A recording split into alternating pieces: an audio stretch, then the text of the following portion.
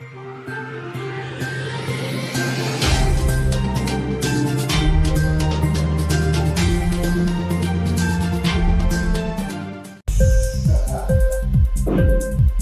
TV prime time news కి స్వాగతం.